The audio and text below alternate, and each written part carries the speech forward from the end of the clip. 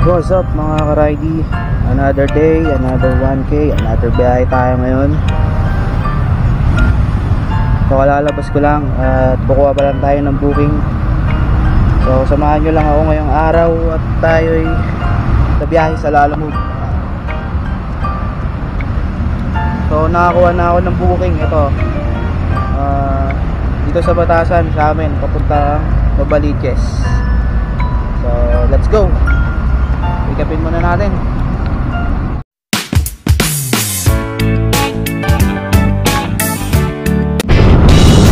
Yun mga ka-ridey, good morning. Good morning, nagbabalik kami yung lingkod Maxi Ride. Tara, samahan niyo ako magbiyahe kay Lalamove. Another day, another 1K, another biyahe malala. Samahan niyo ulit ako mga 1,000 ngayong araw.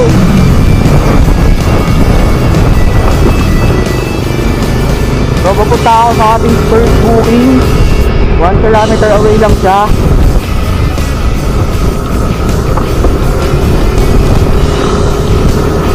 Papunta siya ng Santa Monica, Novaliches.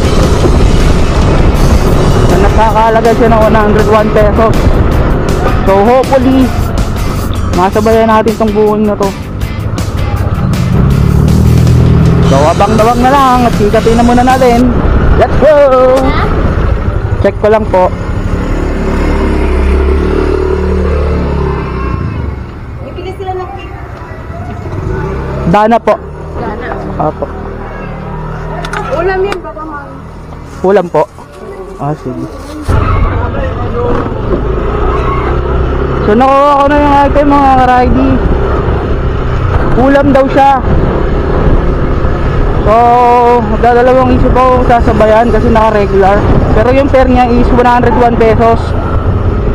So tatakbo tayo ng 8 kilometers doon. So parang hindi naman na ganong lugi. So along the way baka sabayan ko pa to. Or kung hindi na, update ko na lang kayo. Baka nandun na tayo sa drop off. Ay sabaw kasi itong ulam eh. Kaya dadalawang isip ako sabayan. So update na lang, let's go. Sige ma'am, Gcash na lang.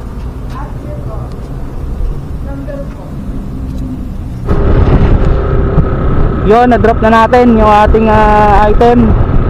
So 20 minutes na natin yung biniyahe. Hindi maganda yung panahon ngayon. May araw, may ulan.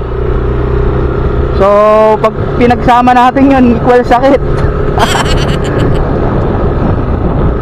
So atay tayo ng another booking.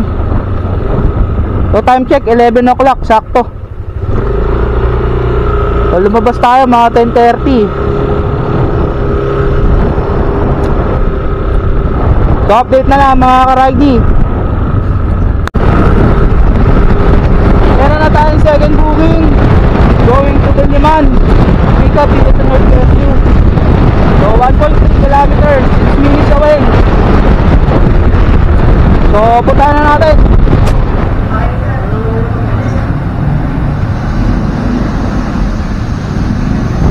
So guys, yung pick up natin ngayon, nag-check yung nag-book. Sa card na lang daw ibigay. Tapos bayad na rin to. So alam niyo na ibig sabihin niyan pag ganyan. Alrighty, pwede natin to sabayan.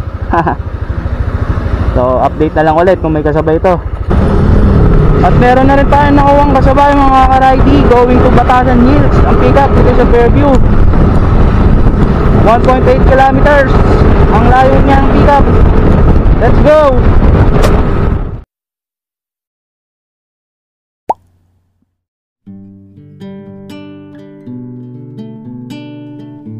Bilang isang delivery rider, isa sa mga kinakaharap sa pang-araw-araw ay yung hindi natin alam kung ano ang magiging lagay ng panahon.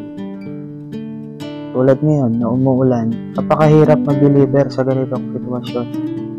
At ganitong mga panahon ay kailangan doblehin ang ingat. Dapat din mapili tayo sa booking na ating kukuhain Dahil ang daan ngayon ay hindi na safe. At kung mamalasin, madaan ka pa sa area na malalim ang baha. Pero ganun pa man, kailangan natin magpatuloy at kumita ng pera. Dahil meron tayong mga gastusin at kailangan bayaran. Kaya kailangan natin magpatuloy at samahan na lang ng dasal. Maging ligtas tayo sa daan at may deliver natin ng maayos ang mga item sa ating mga kliyente.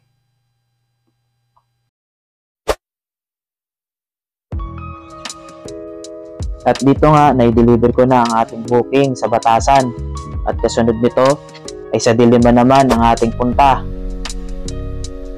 At dito nga, na-deliver ko na ang ating booking sa Diliman. Kaya kukuha na tayo ng panibagong booking habang umuulan.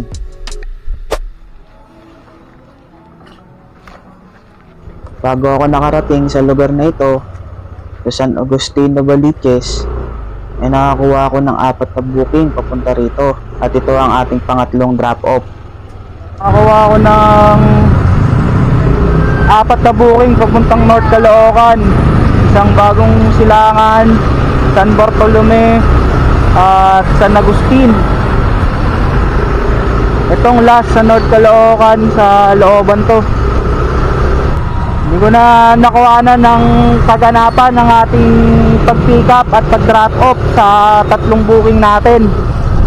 Kasi lakas ng ulan, nakita nyo naman kanina. So meron pa tayong travel time na 13 minutes, 7.3 kilometers. At time check 3:05 ng hapon. Tara, bakbakin na natin to. Let's go, let's go. 74 lang. Okay na. Thank you po. Sakto pala yung pin.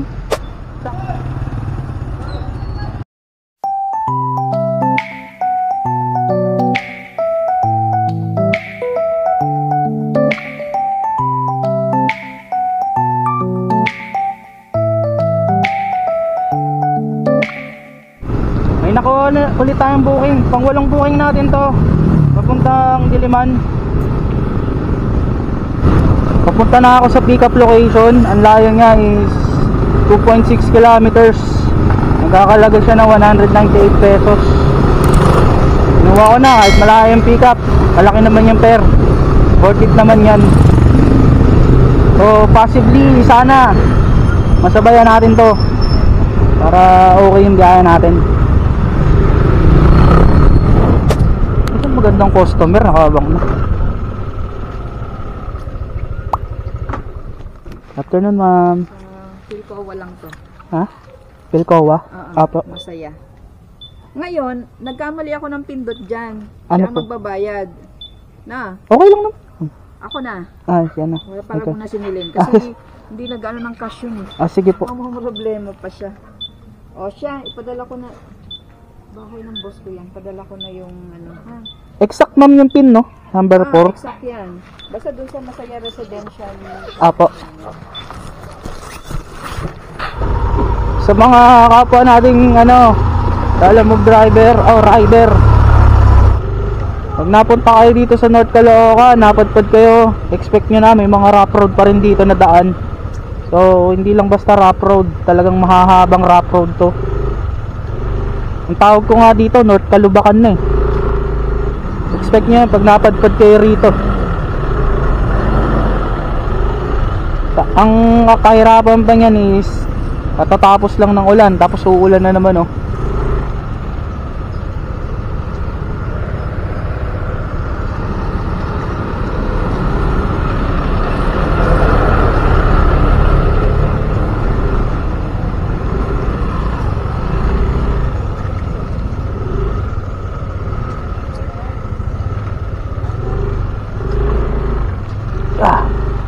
Grabe.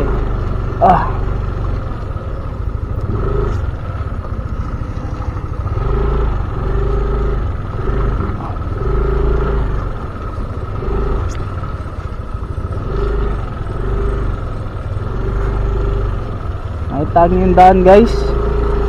Grabe. Sabi dito, kung mahina-hina kang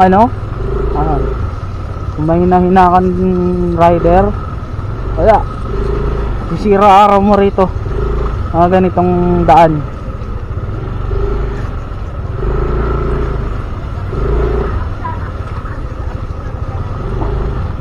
Nakakadagdag sa gabal din kasi itong mga ganitong daan, at hindi tayo makapagpatuloy sa hindi tayo makapagpatuloy ng mabilis.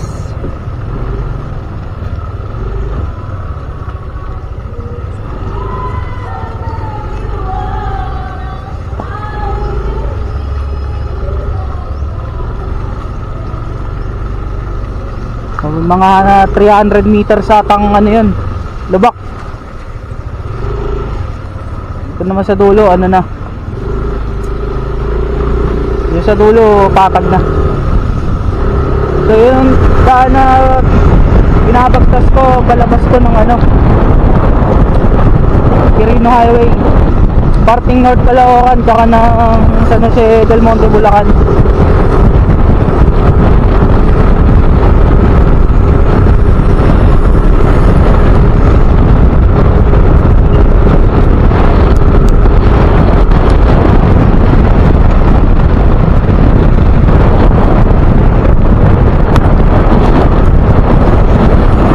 Pag nandun tayo sa pick up natin.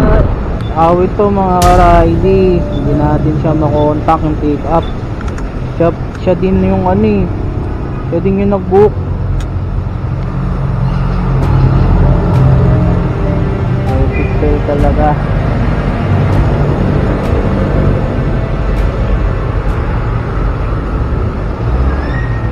Driver kayo nag-spirit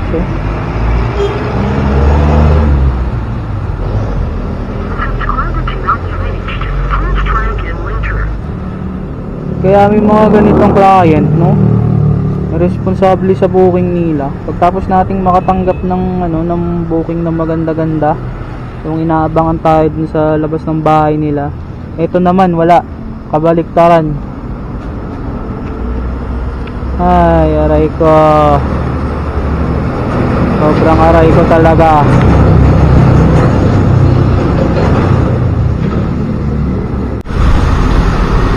So guys, update. Yung nakuha nating pangsabay kanina, kinancel natin yun. Hindi makontak yung pick up. Nawagan ko rin yung receiver.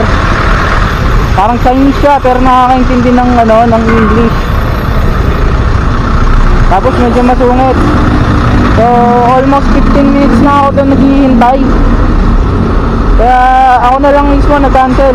Ito, cancel ko. So kahit maghintay tayo ng 10 minutes, ngayon na lang din ako nag-cancel ng natin, ng mga order natin, mga booking.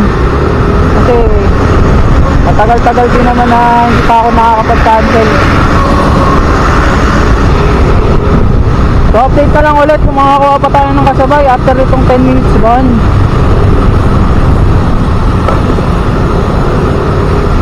Kung hindi, nandun na tayo sa drop off location.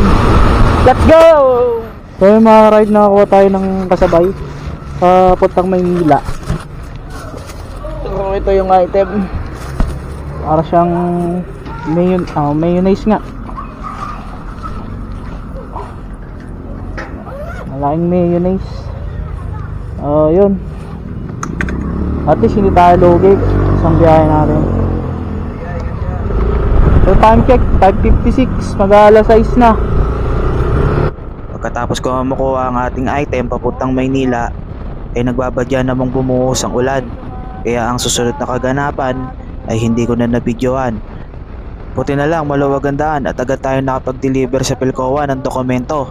At ang susunod nating drop ay sa Manila na.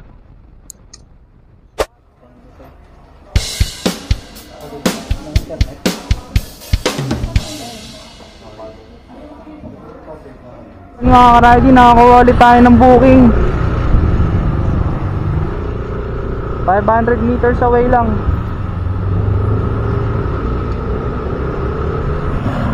So ito na yung item mga ka-ridey, oh. Papel lang. So parang nararamdaman ko na pwede nating sabayan to. So maghintay lang ako ng konti, mga 5 to 10 minutes hintay lang ako, baka masabayan pa natin to. Sayang eh. At nakakuha tayo ng kasabay agad mga ka-ridey dito sa Recto ang pickup. Malapit na ako.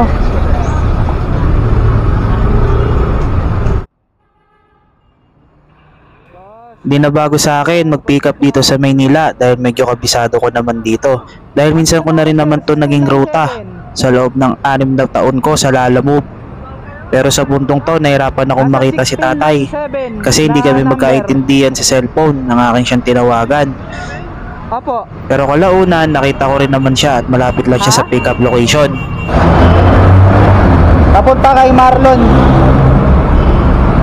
Hindi ko ito pick up lang. Pinagbilin ka lang? Oo. Tapos niya sa kanya, papansikit sa kanya. Ikaw naman natawagan ko kaya tama yan. Ikaw naman natawagan ko kaya tama yan. Tama naman eh. Tama yung number ko eh. Kuya Jun, di ba? Tama. Thank you.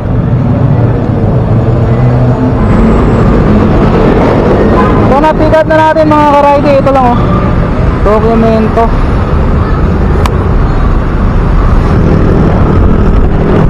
Time check mga ka-ridey, 7:17. So yan, yung dating booking. Tingnan nyo na lang sa screen. Dalawang magkalapit lang yan.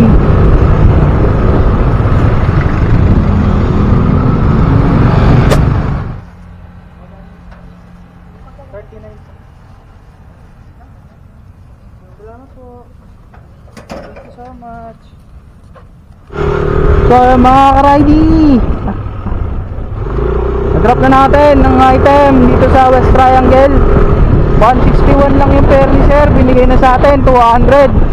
So may tip tayo na 39 pesos. All goods ngayon.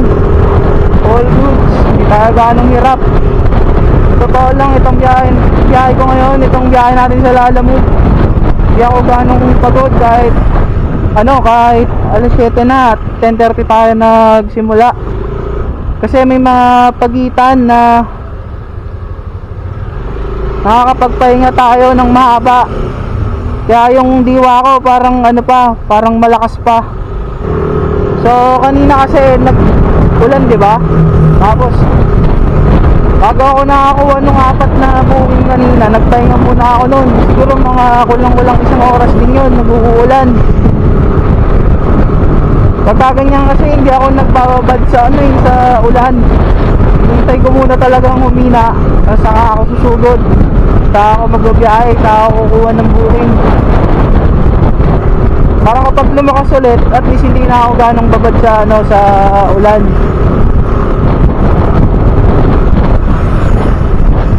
Tapos yung nasa North Caloocan tayo, ang tagal nating tumenga din doon.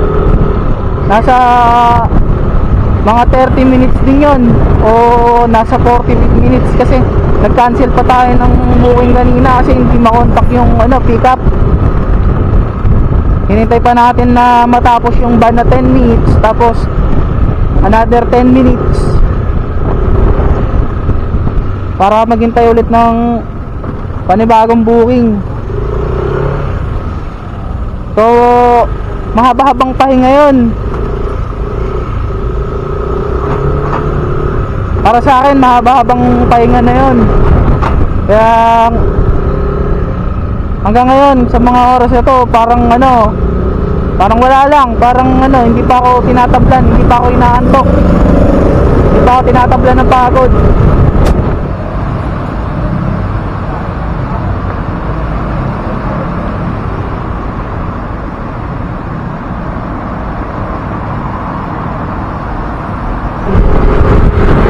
Na-drop na natin yung huli nating booking. So nagbayad si sir ng ng Gcash 125 pesos. Pero yung fare niya is 123.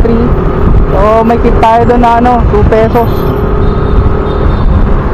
So hanggang dito na lang yung vlog ko. Kung magkano yung kinita natin, tingnan nyo na lang sa screen. Gross at saka yung net income natin. Tapos tingnan nyo na rin sa screen kung magkano yung na-cash collect natin, tsaka yung kung magkano yung kinita natin sa Lalamove apps. So sa mga bumabiyahe pa sa oras na to, mag-iingat kayo palagi. Panatilihan nating malakas ang ating katawan sa araw-araw kahit umuulan.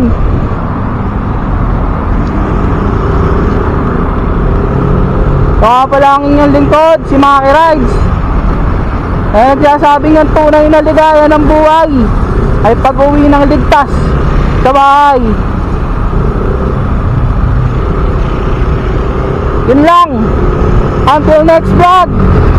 Bye bye.